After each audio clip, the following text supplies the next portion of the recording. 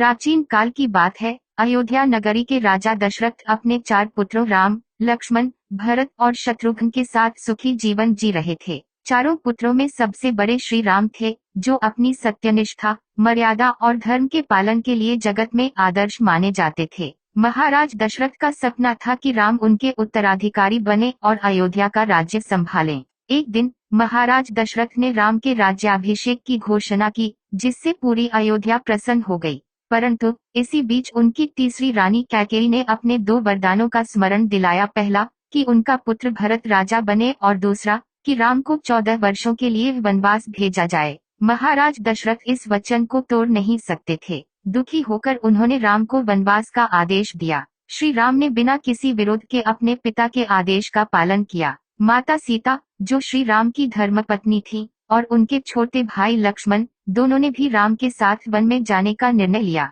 राम, सीता और लक्ष्मण ने 14 वर्षों तक वनवास का कठिन जीवन जिया, धर्म और न्याय के मार्ग पर चलते हुए। वनवास के दौरान लंका के राजा रावण ने माता सीता का हरण कर लिया और उन्हें अपने महल में बंदी बना लिया। श्री राम ने माता सीता को बचाने के लिए महाबली हनुमान और वानरराज सुग्रीव से मित्रता की।